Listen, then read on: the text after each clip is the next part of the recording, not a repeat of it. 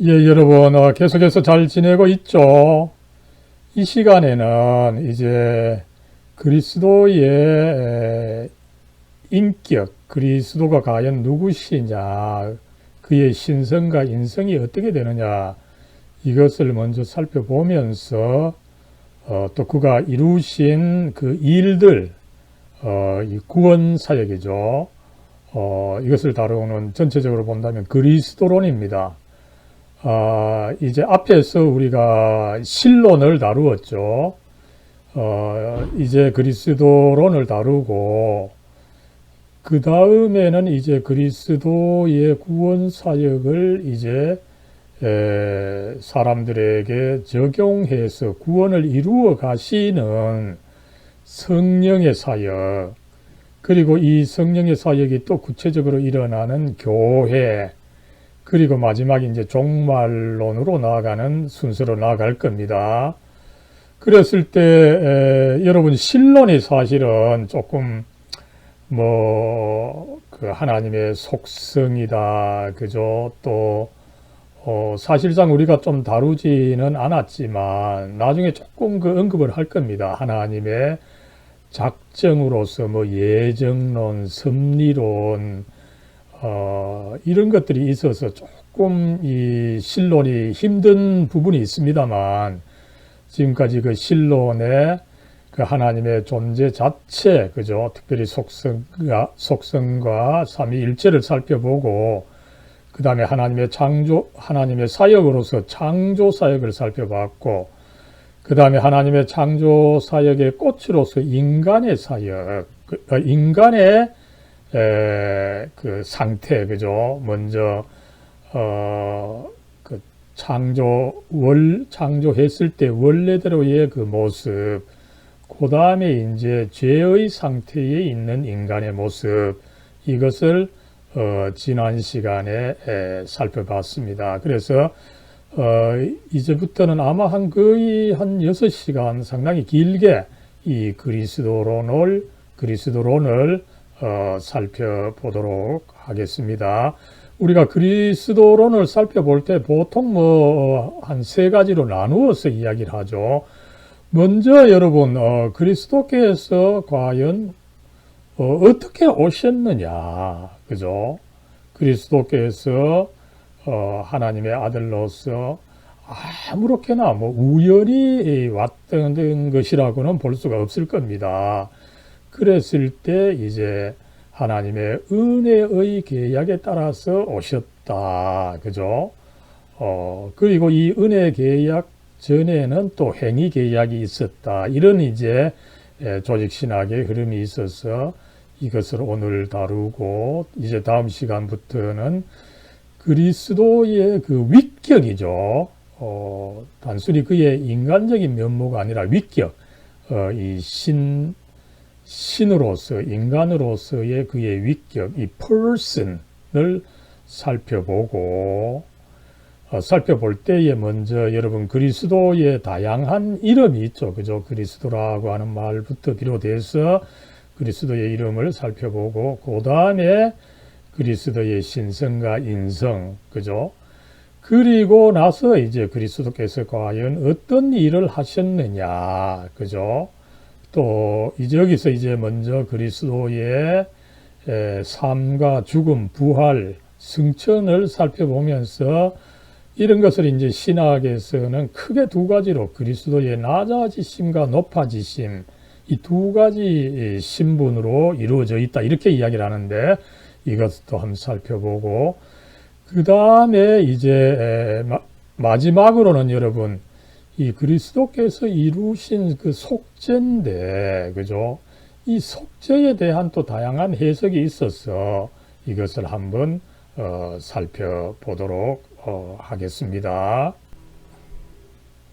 예, 그러면은 여러분, 이제 그리스도론 첫 번째 시간으로서 은혜의 언약이다, 그죠? 은혜 계약이다. 하나님의 은혜의 계약을 완성하시러 오신 예수 그리스도시다, 그죠? 여기서 우리는 과연 예수 그리스도께서 어떻게 오셨느냐, 그죠?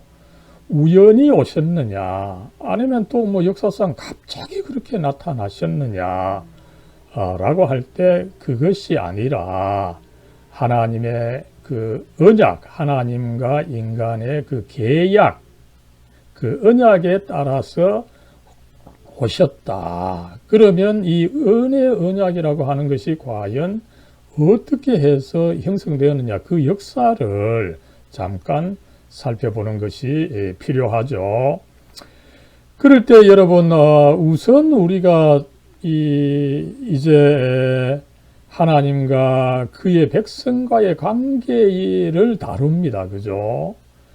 그럴 때, 이 관계가 뭐 대략적으로 어떠냐, 이것을 한번 살펴보는 것이 필요하죠. 여러분, 이미 이것은 뭐 우리가 지난번 그 아담과 하와의 그 범죄의 문제를 통해서 살펴봤습니다. 그죠? 여러분, 이 아담과 하와 어떻게 해서 그 하나님의 명령을 범하게 됐습니까? 그죠? 여러분, 그 하나님의 명령, 그죠?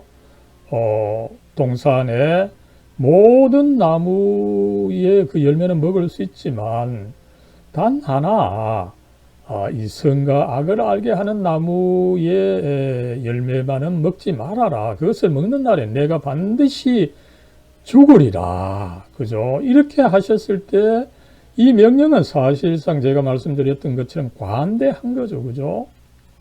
여러분, 이 동산에 100개의 나무가 있다면 99개의 나무의 열매는 먹게 하셨고, 그 중에 이제 하나, 그죠? 하나 이거 먹지 말라고 하면서 네가 인간이기 때문에, 유한하기 때문에 이거는 먹어서는 안 된다. 그죠? 하나님께서 이 처음 인간, 그 아담과 하와, 남자와 여자를 굉장히 관대하게 다루셨던 것을 우리가 살펴봤습니다. 그죠? 그러나 어떻습니까? 인간은 그런 관대함을 제대로 받아들이지 못하죠.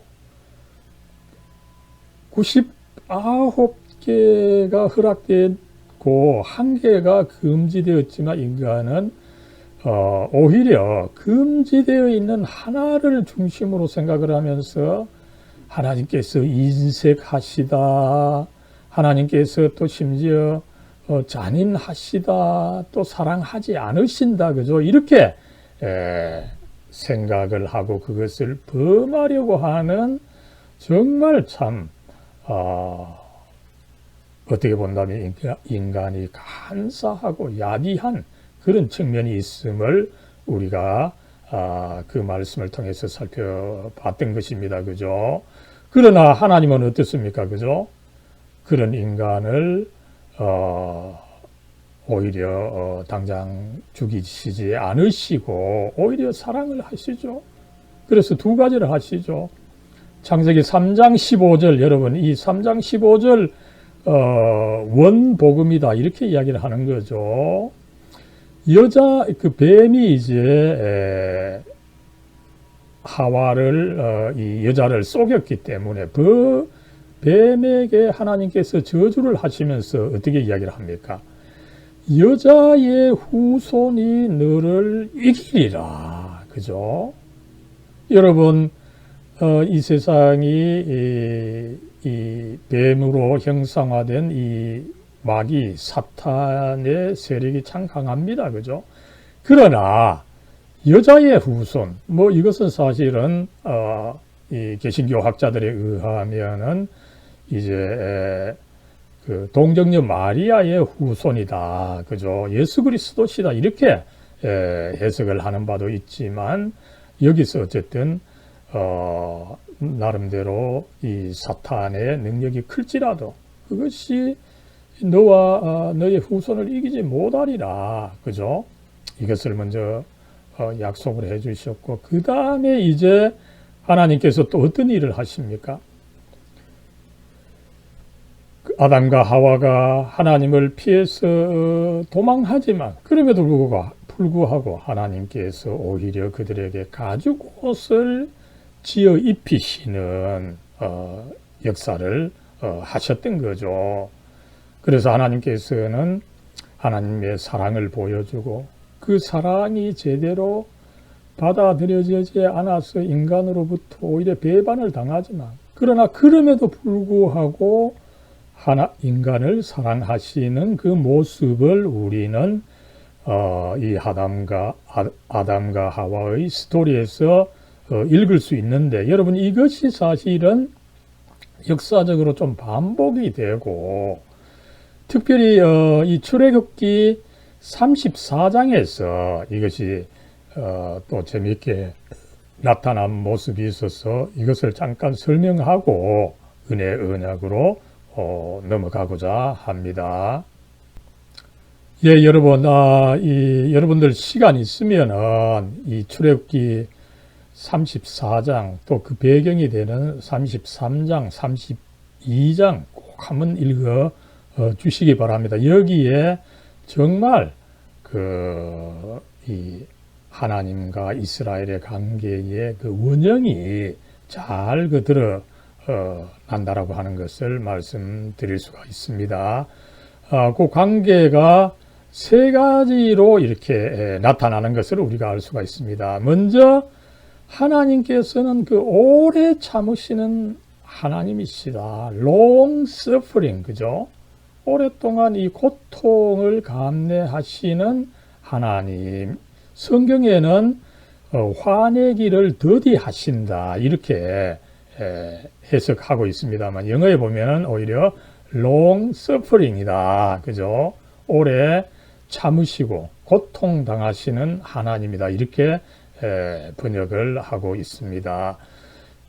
여기에 대해서 인간은 어떻습니까? 그죠? 오히려 인간은 목이 뻣뻣한 이 하나님의 백성들이다. 그죠? 이 stiff-necked, 목이 정말 뭐 뻣뻣하다는 거죠. 그죠? 무슨 뜻입니까? 그죠? 왕이나 높은 사람 앞에서는 우리가 어느 정도 이 고개를 숙이고 자기의 처지가 낮다는 것을 보여야 되지만 끝까지 빡 버티고 있는 거, 그죠? 자기의 고집을 피우는 거, 이것이 이제 뭐 우리 나라도 뭐 이런 말을 해도 어떻게 얘기하면 이 고개를 세운다, 그죠? 뭐 각을 세운다, 뭐 이런 뭐 이야기가 있습니다만, 그죠? 자기의 고집을 꺾지 않고 자기의 주장을 끝까지 내세우는 그 아주 참 이 고집불통의 태도, 이 목이 뻣뻣한 태도다, 그죠? 교만한 태도다, 이것을 이야기할 수 있는데, 바로 이스라엘의 백성들이 그러하다.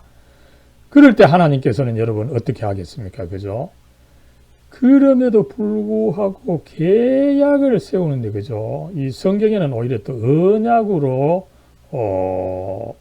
해석을 하고 있죠. 이 카버넌트 하면 여러분 단순히 뭐 오늘날 이 한국에서 갑과 을의 그런 계약이 아닙니다. 그죠? 하나의 동맹적 계약이라는 거죠. 우리 뭐 대표적으로 한미동맹이 참 모범이 될 수 있는데, 그죠? 어떻습니까? 내가 어려움을 당하면은 이 상대방이 내게 와서 도움을 주는 그런 어떤 이 계약이 바로 이 성경의 계약이요, 언약이다. 그래서 다시금 이 언약을 세워주시는 하나님이다. 이 형식을 우리는 성경에서 찾아볼 수가 있고, 이것을 단적으로 보여주는 것이 바로 출애굽기 34장 그 앞부분이라고 하는 것을 제가 한번 그 말씀을 드립니다. 여러분 어떻습니까? 이 출애굽기 34장이죠. 그죠? 이 출애굽기 34장의 배경이 바로 요 33장, 32장인데, 그죠? 여러분 출애굽기 32장에서 어떤 일이 있었습니까?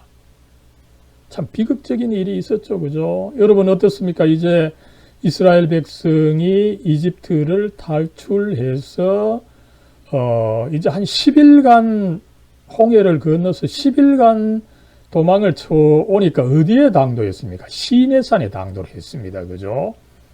시내산에 당도했을 때 모세가 이제 이 시내산에서 여호와 하나님을 이 스스로 계시는 분으로서 여호와 하나님을 만났던 적이 있죠. 그래서 모세는 다시금 이 시내산에 올라갔습니다. 이제 하나님의 어떤 말씀을 듣기 위해서. 근데 어떤 일이 일어났습니까? 여러분, 이 40일간 이제 모세가 금식을 하면서 하나님으로부터 이제 그 율법의 대표로서 두 돌판에 쓰여진 이 십계명을 받았습니다. 그런데 여러분, 이것이 40일이나 걸렸던 거죠. 근데 과거 이스라엘이나 그 중동 문화권에 있어서 40일이라고 하는 것은 뭡니까? 인간이 먹지 않고 마시지 않고 버틸 수 있는 최대한의 기간입니다. 40일간 금식한 후에는 아무도 살아날 수 없다. 이런 이 상식이 있었던 거죠. 그랬을 때 이제 모세가 그 시내산에 올라간 지 40일이 지났는데 내려오지 않았습니다. 그러니까 그동안 학수고대하고 있던 이스라엘 백성들은 어떻게 생각했습니까? 그죠? 이제 모세가 시내산에 올라가는데 불행하게도 뭐 뱀에 물리든지 맹수에 물리든지 아니면 바위에 그 날카로운 바위에 그 전부 다 바위산입니다. 그죠? 바위에 떨어져서 죽었을 것이다. 그죠? 백성들이 그렇게 예상을 했던 거죠. 그리고 이제 모세의 형이 되는 아론에게 가서 그 모세 뭐 우리를 이끌어냈지만 이제 40일 이후에 모세가 없으니 모세가 가르친 여호와 하나님으로는 이제 안 된다. 오히려 아론 제사장 당신이 우리들에게 어떤 신을 만들어내어서 그죠? 그 신이 우리를 이집트로부터 탈출한 것으로 해달라. 그죠? 이렇게 하니까 아론은 어떻습니까? 그죠? 백성들의 성화가 불화같고 또 자기네로서는 경험이 없다 보니까 다른 문화권에 그 빗대어서 상을 하나 만드는 거죠. 무슨 상을 만듭니까? 그죠? 여기서 이제 그 유명한 금송아지 상을 만든 거죠. 백성들로부터 이 귀고리, 금귀고리, 뭐 팔찌 이런 것을 받아가지고 그것을 금을 녹여서 금송아지입니다. 그죠? 이 다신의 상징이죠. 여러분, 소가 뭐 1년에 한 마리씩 새끼를 거의 뭐 한 20년간 낳죠. 그죠? 그러다 보니까 이 다산의 상징입니다. 그죠? 그래서 금송아지를 만들어 놓고 이제 거기 이 금송아지야말로 우리의 신이다, 우리를 인도해낸 신이다 이렇게 절을 하고 그러다 보니까 뭐 어떻게 됩니까, 그죠? 그 송아지 신상을 주위로 돌면서 결국은 음주가무가 일어나고 그죠? 여러분 어떻습니까? 원수는 외나무 다리에서 만나죠, 그죠? 이때에 이제 모세가 기진맥진하면서 이제 모세로서는 어떻습니까? 40일간 금식 기도했고 이제 우리가 그 이집트를 벗어나서 새로운 민족이 되었고 새로운 민족의 표지로서 이 율법 십계명을 주셨으니 이제 우리가 새로운 나라가 된다. 여기에 들떠서 내려왔는데 어떻습니까? 완전히 그 딴판이 벌어지고 있었던 거죠. 그래서 모세는 너무 화가 난 나머지 그죠? 산 위에서 그 하나님께서 기쁘게 주셨던 그 십계명이 적힌 두 돌판을 내리쳐가지고 그죠? 그게 부서지게 했고 그죠? 그리고 얼마나 화가 났는지 어떻게 합니까? 그죠? 그 금송아지 상을 다시 불태워가지고 그죠? 그것을 갈아가지고 먼지로 만들어가지고 그걸 물에 타서 백성들이 그걸 먹게 했던 겁니다. 그리고 함께한 레위인을 통해서 칼을 치고 다니게 칼을 차고 다니게 해서 그날에 3,000명이 죽게 하는 이 참사, 이 하나님의 벌을 내린 그런 참 안타까운 역사가 있습니다. 그죠? 그래서 모세도 절망했죠.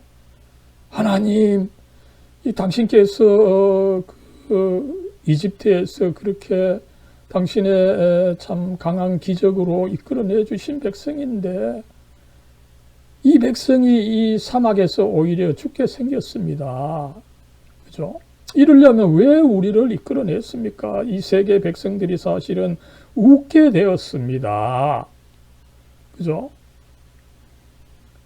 그리고 이제 앞으로 하나님께서 우리와 이제 함께 하시지 않는다고 하시는데 만약에 함께 하시지 않는다면 우리가 뭐 이제 가나안으로 갈 필요도 없습니다. 그죠? 모세는 여기서 참 강하게 하나님과 논증하고 하나님께 따지는 것 같이 기도하고 간구하고 그죠? 그래서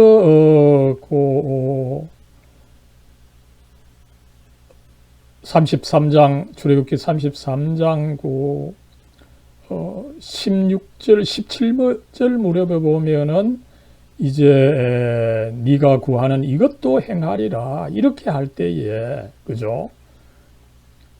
모세가 어떻게 대답합니까? 그죠? 모세의 절체절명의 과제는 여러분 이스라엘 백성을 지금 이집트 가나안으로 인도하는 겁니다. 그죠? 정치적인 목적이 정말 가장 강렬했던 거죠. 우리나라가 뭐 과거나 현재나 우리의 소원은 통일이다. 그죠? 그러나 모세의 여러분 소원은 달랐습니다.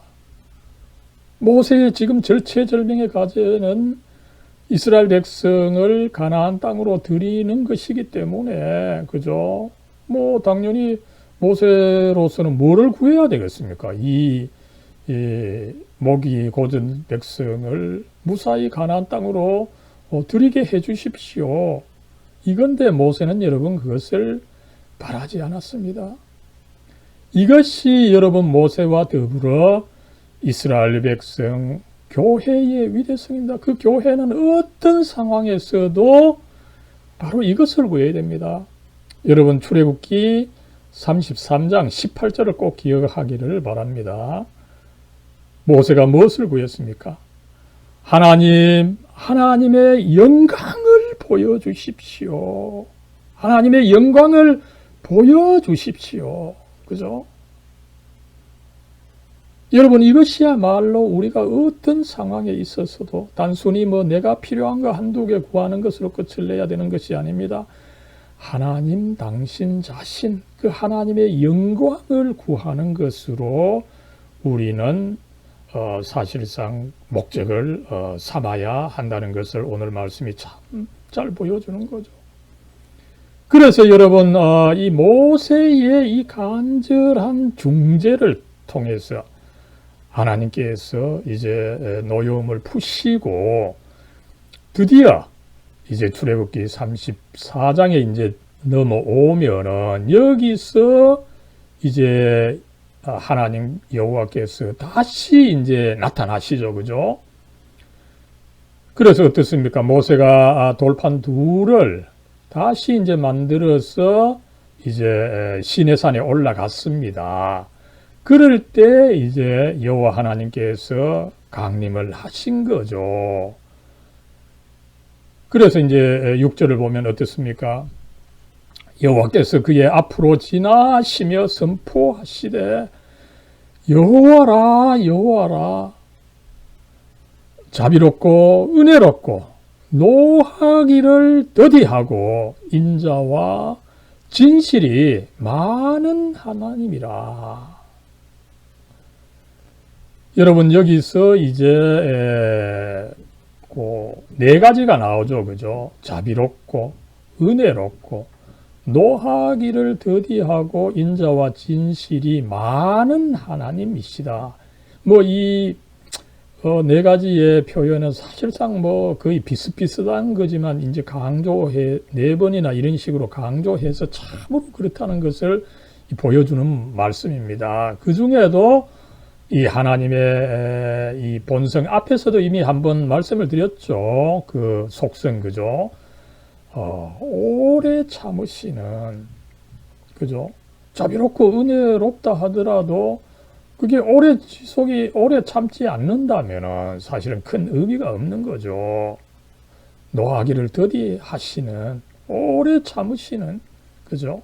오래 고통을 견디시는 이 하나님임을 여기서 드러내고, 여러분 이 표현이 이제 중요해서 구약의 여러 군데에서 사용되고 있는 것을 우리가 알 수가 있습니다. 이렇게 이제 하나님 당신께서 오래 참으시는 하나님이다, 은혜의 하나님이다, 이것을 먼저 이렇게 보여주시니까 그 다음에 모세편에서는 어떻습니까? 그죠?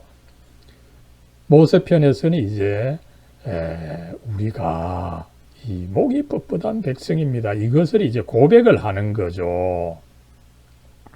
그죠? 그래서 9절에 이르되 주여 내가 주께 은총을 입었거든 원하건대 주는 우리와 동행하옵소서. 그죠? 이제 우리가 가나안 땅을 들어가야 하는데 거기서 뭐 아무리 잘 된다 하더라도, 그죠? 하나님께서 함께 하시지 않으면 우리가 아무것도 아닙니다.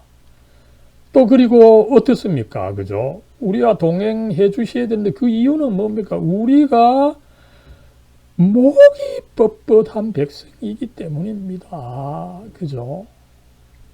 우리가 참 고집이 세고 자꾸 세상 일을 우리 마음대로 하려고 하는 그 교만한 백성입니다. 이것을 고백을 하는 거죠. 그렇기 때문에 또 우리의 악과 죄를 용서해 주시고 또 우리를 주의 그 기업이라는 것이 뭡니까? 여러분, 그 상속자라는 거죠. 우리가 만물을 만드시고 만물에게 복을 주시는 하나님의 상속자가 되게 해 주십시오. 그러나 우리가 참 죄가 많은 목이 뻣뻣한 백성입니다. 이것을 솔직하게 고백한 것을 우리가 알 수가 있는 거죠. 그럴 때 이제 하나님께서 또 어떻게 답변을 해 주십니까? 그죠? 여호와께서 이르시되 보라 내가 언약을 세우나니. 여기서 여러분 이 언약은 앞에서도 말씀을 드렸습니다마는 동맹적 계약입니다. 단순히 양자가 행해야 되는 의무를 제시하고, 그죠? 양자가 뭐 갑과 을의 관계가 아닙니다. 오히려 부모와 자식 간의 관계인 것처럼 이 동맹적 관계, 그죠? 어떤 이 사랑의 계약 관계가 바로 사실은 계약입니다. 그죠? 이 계약을 해서 내가 너희와 관계를 가지겠다. 이렇게 하나님께서 말씀해 주셔서 여러분 우리는 그래서 이 출애굽기 34장 4절에서 10절에서 이 하나님과 그의 백성과의 관계 문제, 그죠? 이 3단계로 나타나죠. 하나님께서는 참 오래 참으시고 백성들은 목이 뻣뻣하고, 그러나 그럼에도 불구하고 하나님께서는 부모와 같이 은혜의 계약, 동맹적 계약을 맺어주시는 그 하나님이라고 하는 것을 우리는 알 수가 있습니다. 여러분, 이것이 사실은 구약 성경 전체에 나타나고, 그죠? 그리고 이제 신약에 와서 예수님이 오셨는데, 예수님이 오신 것은 뭡니까? 이 동맹적 계약을 가장 구체적으로 하나님께서 행해 주신 것이라고 하는 것을 알 수가 있는 것입니다. 예, 우리가 이제 앞에서 그 하나님과 그의 백성 간의 그 관계의 문제, 그죠? 이것을 한번 살펴봤습니다. 이것이 이제 역사적으로는 두 가지로 이 계약으로 나타났는데, 두 가지 계약으로 나타났다. 이것이 이제 조직신학에서 가르치는 바죠. 먼저 이제 옛 언약으로서 행위의 언약입니다. 그죠? 그리고 이제 새 언약으로서 은혜의 언약이 있는 거죠. 먼저 옛 언약을 한번 살펴보겠습니다. 그죠? 앞에서 우리가 이미 뭐 살펴봤죠. 그죠? 이 아담과 하와에게도 이미 약속을 해 주셨습니다. 그죠? 여자의 후손이 뱀 사탄 너를 이길 것이다. 그죠? 이 약속을 해 주셨고, 또 무엇보다도 나아가서 이 하나님의 선민이죠. 그죠? 아브라함과 그의 후손들입니다. 그죠? 그의 후손들에게는 하나님께서 그들의 하나님이 되어 주시겠다는 약속, 앞에서도 말씀을 드렸습니다만 이 동맹적 계약 혹은 언약, 이 카바넌트를 맺어 주신 것을 알 수가 있습니다. 그리고 또 나아가서 어떻습니까? 그죠? 이 계약을 제대로 이룰 수 있도록 그 율법을, 모세를 통해서 율법을 주신 거죠. 그리고 분명히 여러 곳에서 이 율법을 지키면 살 것이다. 이렇게 명령해 주신 내용이 있습니다. 여기서 이제 어떻습니까? 이스라엘 백성들은 하나님의 명령으로서 하나님의 율법을 지켜 행하면 구원을 얻는다. 그죠? 행하면 구원을 얻는다. 그래서 이제 이 행위의 계약이다. 행위 계약이다. 이렇게 교회 역사에서는 이야기를 하고 있는데, 이것은 이제 바로 옛 언약, 구약을 의미한다는 거죠. 그랬을 때 여러분 이런 하나님의 이 행위 언약을 보여주는 말씀 중에 뭐 아주 유명한 말이 이 창세기 17장 7절의 말씀이죠. 내가 내 언약을 나와 너 및 내 대대 후손 사이에 세워서 영원한 언약을 삼고 너와 내 후손의 하나님이 되리라. 그죠? 하나님께서 우리 편이 되어 주셔서 우리를 도와주시고 사랑해 주시겠다라고 하는 이 동맹의 계약이라고 하는 것을 우리는 알 수가 있습니다. 그러나 이것은 뭐 그저 아무렇게 하는 계약은 아닌 거죠. 이 계약에도 나름대로 당사자 하나님 이 계약의 주체시고 그 계약의 당사자로서 우리는 이 의무가 있는데, 그것이 뭡니까? 레위기 18장 5절에 잘 보여주죠. 하나님께서 주신 그 규례와 법도 이 하나님의 율법을 지켜야 된다는 것입니다. 그리고 이를 행하면 그로 말미암아 살리라. 그죠? 이렇게 이제 행위의 언약을 주셨는데, 이것은 이제 사실상 옛 언약이다. 그죠? 그 다음에 이제 어떻습니까? 이 옛 언약은 사실상 참 지키기가 어려운 거죠. 그죠? 율법을 지킨다고 하는데 이 율법이 사실상 굉장히 많습니다. 그죠? 그 하나님께서 이 성경에서 이제 하라 하지 말라 이것을 꼼꼼하게 열거해 보면 613개나 된다고 합니다. 그죠? 이 613개가 되는 이 하나님의 법을 다 지킨다라고 하는 것은 거의 사실은 불가능한 거죠. 그죠? 그래서 결과적으로 이스라엘 백성들이 사실은 지키지 못하다 보니까 그저 지키는 척 하다 보니까 이 유대인의 대표로서 바리새인들이 위선자, 그 가십, 그걸 실제로 하지 못하면서 하는 척 하는 것이 대대로 굳어지다 보니까 이 위선이 굳어진 안타까운 역사가 있었습니다만, 그죠? 이것은 율법을 지키는 것이 사실상 불가능하다.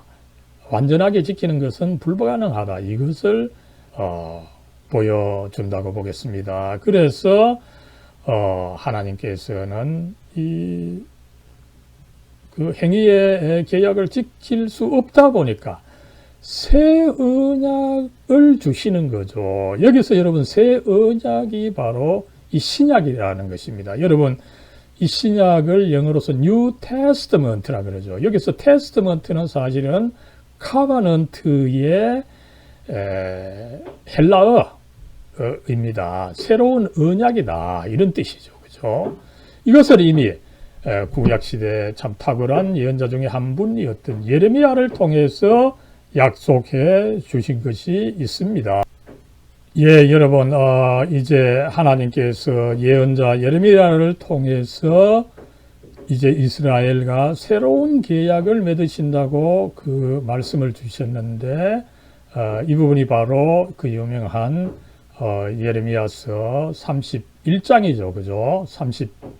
31장 31절을 보면 어떻습니까? 여호와의 말씀이라 보라 날이 이르리니 내가 이스라엘 집과 유다 집에 새 언약을 맺으리라 신약을 맺으리라. 그죠? 여러분 우리 신약 성경의 말이 바로 여기서 나온 거죠.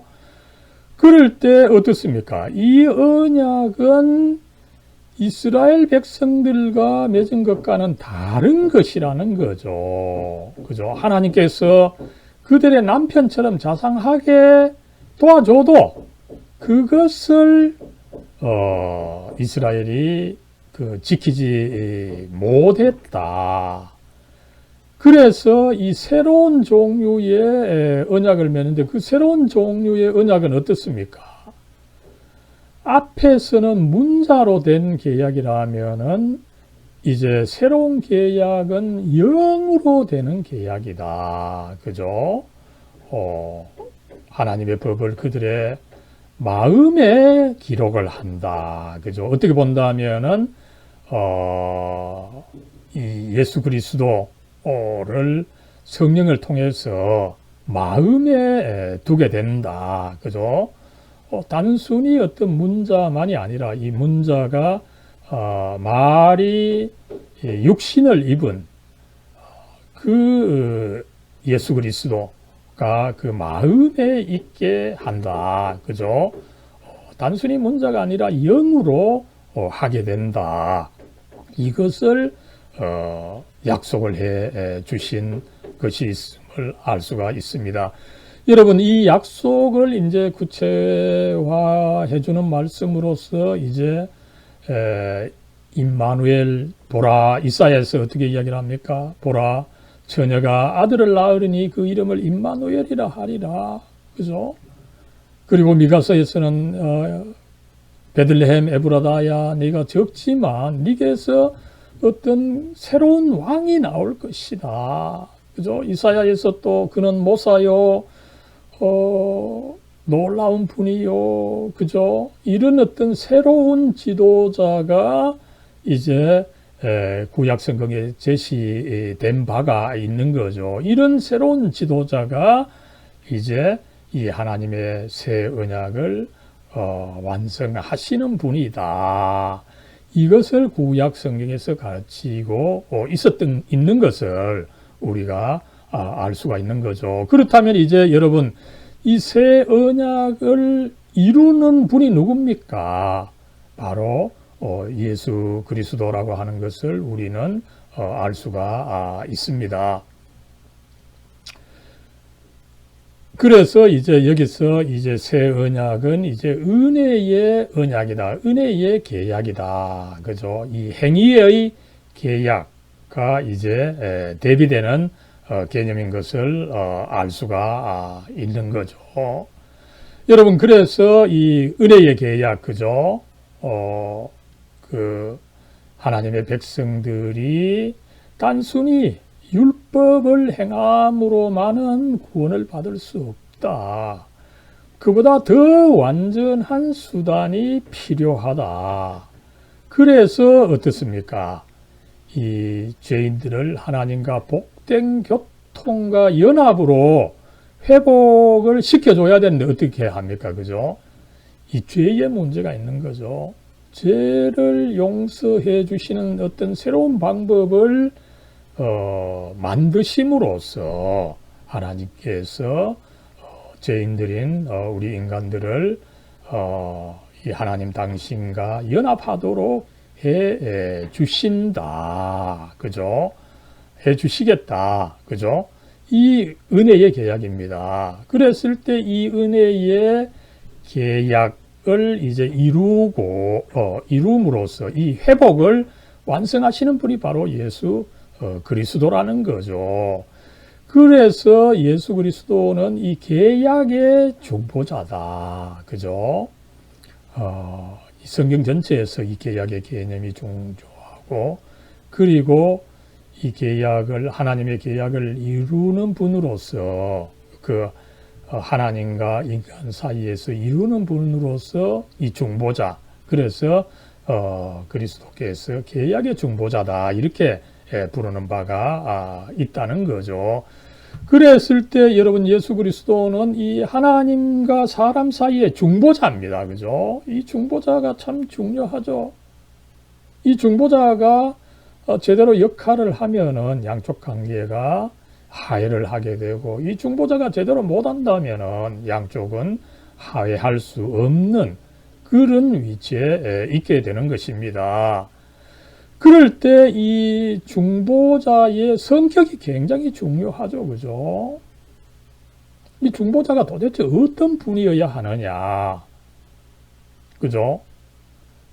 여러분, 유대교는 어떻습니까? 이 중보자를 인정하지만, 메시아로 인정을 하지만, 그 어떤 중보자도 아직까지 이 성부 하나님을 제대로 중보하는 자가 없다. 유대교는 아직까지, 그때뿐만 아니라 지금까지도 이 입장을 천명을 하고 있는 것입니다. 그 하나님, 유일하신 하나님은 너무나 위대하고 너무나 초월적으로 계시기 때문에 아무도 중보해 줄 수가 없다. 그죠? 우리는 다만 몇 명의 예언자, 그리고 이 성경이 있을 뿐이다. 이 중보자가 아직까지 분명치 않은 것이 유대교의 입장이라면은, 여러분, 이 입장을 조금 더 발전시킨 것이 사실은 역사적으로는 이 7세기에 나타났죠. 기독교보다 좀 늦게 나타났지만 이슬람입니다. 이슬람은 어떻습니까? 유대교가 중보자가 없다고 하지만 중보자가 없이는 우리가 어떻게 그 하나님을 알 수가 있느냐. 우리에게 중보자가 있는데 그가 곧 무하마드다. 그죠? 모하메시다. 이렇게 주장. 그러나 이 모하메스는 어떻습니까? 철두철미하게 인간이라는 거죠. 사실상 신격화 하고 있습니다만은 이론적으로는 인간이다. 그는 이 하나님과 동일한 분은 아니다. 여러분, 그러면 어떻습니까? 하나님과 동일한 그 중재자가 아니라면은 그 무하마드가 중재자의 역할을 제대로 한다고 할 수 있겠습니까? 그 밑에 또 수많은 그와 비슷한 중재자가 있기 때문에 이 중재자가 사실상 제대로 역할을 할 수가 없습니다. 그러나 이슬람에서는 사실상 신정체제로 인해서 무하마드만을 이제 예언자로 인정하면서 다른 예언자를 인정 안 해서 그렇지, 그죠? 사실상 그런 중재자가 여럿이 있을 수밖에 없는 것이 이 이슬람의 태도라고 하는 것을 알 수가 있는 거죠. 여기에 비해서 여러분, 기독교는 어떻습니까? 중재자가 계신다는 겁니다. 그리고 그 중재자는 무하마드처럼 단순히 인간만이 아니라 참으로 또 하나님과 동등한 측면도 있고 인간과 동등한 측면이 있어서 사실상 하나님을 가장 잘 보여주시고, 또 우리를 그래서 실질적으로 하나님과 연결시켜, 왜냐하면 그 중재자 자신이 신적 본질을 갖고 있기 때문에 하나님으로 하나님께 나아갈 수 있게 해 주신다. 이것을 가르친 것을 우리가 알 수가 있습니다. 그래서 어떻습니까? 예수 그리스도는 우리의 보증인인 중재자로서 그죠? 단순히 그저 뭐 중재만 해주는 것이 아닙니다. 그 무하마드가 뭐 중재자라고 하지만 사실상 뭐 어떤 대단한 일을 했습니까? 그죠? 예수님께서는 오히려 이 죄책감을 친히 담당하시고 그 죄가를 당신이 당하시는 거죠. 죄의 대가를 치르시고 그래서 율법을 완성하시고 그죠. 그래서 이 사람들이 하나님과 올바른 관계로 하나님과 직접 연결이 되어 있기 때문에. 그러나 여러분, 유대교는 그 관계를 전혀 인정을 안 하고 이슬람은 그 관계를 인정하지만 인간 편에서만 있는 것입니다. 그래서는 완전한 회복이 되지 않는다. 오히려 예수 그리스도께서 한편으로 신성을 갖고 계셔서 하늘과 연결이 되고 다른 한편으로 또 인성을 갖고 계셔서 우리와 연결이 되고 그래서 완전한 그 중재자가 되신다. 그죠? 그 자신이 사실은 완전한 이 중재의 그 역할을 하신다. 그래서 우리는 어떻습니까? 요한복음이 이야기하는 것처럼 예수님께서 길이고 진리고 이 생명이 되는 거죠. 만약에 예수님께서 무하마드처럼 그 인간적인 예언자로만 끝난다 이러면은 그는 완전한 중재자가 될 수 없다는 것을 알 수가 있는 것입니다. 그래서 하나님께서는 이 새 언약으로서 은혜의 계약을 맺으시고 이 은혜의 계약을 완수하시는 분으로서 예수 그리스도 완전한 중재자를 주신 것을 우리는 알 수가 있는 것입니다. 그래서 여러분 여기서 이제 이런 예수님의 그 위치, 특별히 구약과 관계해서 예수님의 위치를 잘 보여주는 것이 신약의 히브리서입니다. 그죠? 그래서 히브리서는 어떻게 이야기를 합니까? 그죠? 구약에 보면은 염소와 황소의 피, 그리고 암송아지의 그 번제하고 났을 때 그 남은 재, 이거를 부정한 사람들에게 뿌리면은 그 염소의 피를 뿌리면 그 피가 가진 그 생명의 능력으로 인해서 그 사람의 죄가 용서를 받는다. 이게 있습니다. 그죠? 그랬을 때 여러분 어떻습니까? 그죠? 영원하신 성령으로 말미암아서 흠없는 자기를 하나님께 드린 그 그리스도의 피, 그죠? 그 단순히 희생제물로 바쳐진 염소의 피도 사하는 능력이 있는데, 그죠? 흠없는 제물로 그 바쳐진 예수 그리스도의 그 피, 이것이야말로 인류의 그 어떤 죄도 용서하고도 남음이 있다. 그죠? 그래서 예수 그리스도께서 그는 이 새 언약의 중보자다. 그죠? 그래서 첫 언약 때에 범한 죄에서 속량하러 죽으사 부르심을 입은 자로 하여금 영원한 기업의 약속을 얻게 하려 하시니라. 그죠? 이렇게 해서 이제 예수님이 오셨을 때 사람들은 그 예수님을 단순히 우연히 그렇게 받아들인 것도 아닙니다. 갑자기 그렇게 할 수가 없었던 거죠. 그 예수님을 이해하지 못한 사람들은 결국은 예수님을 이 십자가에 못 박았습니다만 이 하나님의 편에서 볼 때 그 예수님은 먼저 이스라엘과 맺었던 이 행위의 계약이 듣질 않았어. 이제 보다 완전한 계약으로서 은혜의 계약을 세워주시고 이것을 완성해 주시는 분으로서 예수 그리스도를 보내주셨고, 그래서 이런 그 행위의 언약, 은혜의 언약 개념을 통해서 비로소 사실은 이 신약의 사람들은 예수님이 참 중보자다, 그죠? 그리스도시다. 그래서 하나님의 아들이시다. 그렇게 받아들일 수 있었던 것을 우리가 한번 살펴볼 수가 있습니다. 여러분, 이제 이 그리스도론을 시작하면서 예수 그리스도께서 과연 어떻게 오셨느냐, 그죠? 이런 그 두 가지의 계약 개념. 먼저 옛 계약으로서 행위의 계약, 그 다음에 새로운 계약, 신약으로서의 그 은혜의 계약 개념에 따라서 그 계약을 완수하시기 위하여 오셨다. 이 점을 여러분 한번 살펴봤습니다. 사랑과 은혜로 충만하신 하나님, 저희들 이 코로나 시국에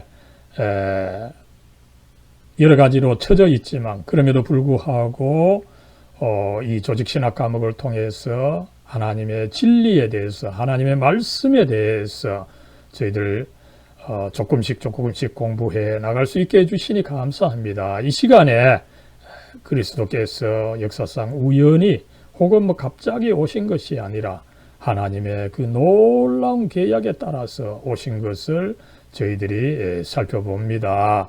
그렇습니다. 우리 예수님께서는 은혜의 계약에 따라서 참으로 인간을 구원하시기 위해서 당신께서 이 중보자로서 참 신으로서 하나님과 연결이 되고 또 참 인간으로서 우리와 연결돼서 우리를 참으로 하나님과 연결시켜 주시는 참 중보자로서의 그렇게 그 사명을 위해서 오시고, 또 우리가 그 사명을 완수하는 과정을 공부하겠습니다만 이런 것을 공부할 수 있게 해주시니 감사합니다. 하나님, 이렇게 할 때에 저희들 지혜가 늘어가고 또 이것을 통해서 더 실천하고 하나님께 더욱더 영광 돌리는 저희들이 될 수 있도록 하나님 복의 복을 더해 주시옵소서. 이 코로나 전국에 저희들과 저희들 가족 또 교회, 우리나라 하나님 여러 가지로 혼란스럽습니다. 지켜 주시옵소서. 우리 주 예수 그리스도의 이름으로 간절히 기도드리옵나이다. 아멘.